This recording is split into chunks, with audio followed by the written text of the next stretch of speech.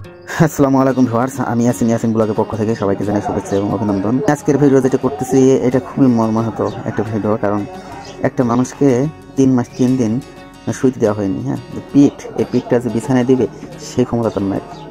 তো দেখুন আপনারা এই ভিডিওটা, তার মুখ থেকে শুনুন যে কী পরিমাণে নির্যাতন করলে একটা মানুষের হতে পারে। কারণ আপনি যদি কল্পনা থেকে বুঝতে পারেন যে এটা কীভাবে সম্ভব, একটা অসম্ভব ব্যাপার, এত নিষ্ঠুর মানুষ হয় কী করে। চলুন ভিডিওটা দেখি।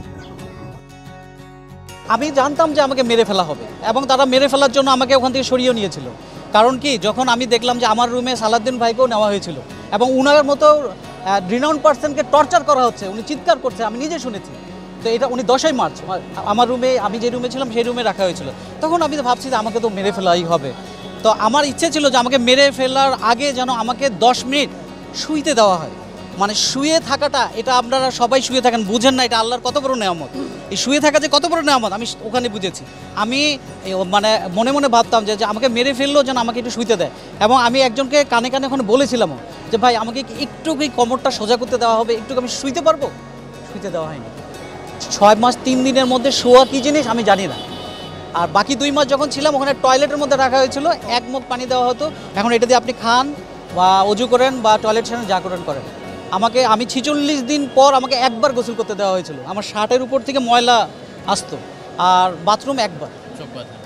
আর সার্বক্ষণিকই ওখানে যারা আছেন আরও তো ঘুম হয়েছেন, সবাই জানে চোখ 1 সেকেন্ডের জন্য খুললে না এবং হাত পিছনে বাঁধা। আপনি কোথা থেকে ছিলেন ওই সময়, র্যাবের হেডকোয়ার্টারে নাকি? আমাকে ওখানে বলা হয়েছিল যে, আমি জিজ্ঞাসা করি ভাই এটা কোথায়, আমাকে একটু বলেন। 2-1 জন তো ছিল যাদের মধ্যে তো মনুষ্যত্ববোধ ছিল, তারা বলেছিল যে এটা র্যাব 1। যেরকম আমি রাজশাহীতে যখন যাই তখন আমি ওখানে জিজ্ঞেস করি, কারণ ওই আমার আশেপাশে মানে 1-2 জন করে নিয়ে যাওয়া হতো আর মেরে ফেলা হতো। এটা রাত 2টা-3টার দিকে ধরে নিয়ে যাওয়া মানে ও শেষ। তো পরের দিন সকালে আমি বলতাম ভাই আমার বাম দিকে যে একটা লোক ছিল উনি যে কাশতেন, কালকে রাতে নিয়ে গেল, কী হয়েছে ওনার? শেষ। হ্যাঁ, এরপর হয়তো ডানে, তারপর হয়তো পিছনে, এইভাবে শেষ। তো আমি আমার নাম্বারের অপেক্ষা করতেছিলাম, কবে আমাকে না জানি মেরে ফেলা হয়। হ্যাঁ, তো আলহামদুলিল্লাহ আল্লাহ যাকে রক্ষা করবে তাকে মামলা করেছেন, বা এখন যে এই যে গুম থেকে এসে আপনি কথা বলেছেন, এখন আপনার জন্য কোনো হুমকি আছে কিনা, বা আপনার পরিবারের জন্য কোনো হুমকি আছে কিনা? এখন আমার বিশ্বাস, বর্তমান যে সরকার ব্যবস্থা, উপদেষ্টা মণ্ডলীরা যারা আছে, আমার বিশ্বাস যে ইনশাল্লাহ এখন আমরা নিরাপদ আছি। হ্যাঁ, কারণ শেখ হাসিনা শাসনের সময় কেউ নিরাপদ ছিল না, আওয়ামী লীগ ছাড়া কেউ নিরাপদ ছিল না, এটা সবাই আপনারা জানেন। আমাকে রিলিজের সময় বারবার বলা হয়েছিল, যে যদি তুমি মিডিয়ার সামনে কথা বলো, যদি তুমি কোনো একটা নর্মাল কোনো একটা আইনের আশ্রয় নিতে যাও, কোনো একটা থানায় যাও বা কোনো কিছু স্টেপ নাও, তখন হ্যাঁ, এবং আইন পেশাও আমি প্র্যাকটিসও করতে পারবো না। আমি একটা স্বাধীন দেশের রাষ্ট্রের নাগরিক, আমি আইন পেশাও থাকতে পারবো না। আমাকে বলা হয়েছে তুমি ঢাকা ছেড়ে চলে যাবা, তুমি কোনো আইন পেশাও থাকতে পারবো না, কিচ্ছু করতে পারবো না। আর এখানে যা হয়েছে কখনোই তুমি কারো কাছে শেয়ারও করতে পারবো না। আমি কীভাবে করতে পারবো? আমার পরিবার জিম্মি। হ্যাঁ, আমার তো বাচ্চা আছে, আমারও তো ওয়াইফ আছে। তো আমি অপেক্ষায় ছিলাম যে ইনশাল্লাহ আল্লাহর রহমতে একদিন না একদিন যেটা আমি আইনের আশ্রয়ে যেতে পারবো এবং আইন আমার পক্ষে থাকবে।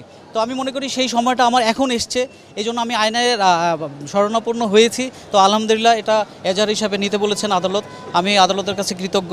হ্যাঁ, তো আর তৎকালীন আইনমন্ত্রীকে এই জন্য জড়ানো হয়েছে, কারণ তখন আমার ওয়াইফ প্রতিটা মানে আইনের সব জায়গায় ঘোরাঘুরি করেছে, তারা সব জায়গায় গিয়েছে, কোথাও কোনো তাদেরকে সহযোগিতা করা হয়নি, বরং হুমকি ধামকি দেওয়া হয়েছে ফোনে যে চুপ করে থাকবেন, যদি একটু বাড়াবাড়ি করেন, কোনো জিডি করতে যান, রিড করতে চান, কিছু করতে চান, তাহলে কিন্তু ফ্যামিলি সহ হয়ে যাবে।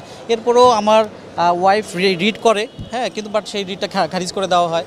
হ্যাঁ, তো এখন আমি এই জন্যই মামলাটা করতে এসেছি এবং ইনশাল্লাহ আমি এটার ন্যায় বিচার পাবো। আমি সাবেক প্রধানমন্ত্রী শেখ হাসিনাকে করেছি, আইনমন্ত্রী আনিসুল হককে করেছি, তারপর স্বরাষ্ট্রমন্ত্রী আসাদুজ্জামান খানকে করেছি, তারপর আপনার সাবেক আইজিবি শহীদুল ইসলামকে করেছি, তারপর বেনজির আহমেদকে করেছি, র্যাবের ডিজি।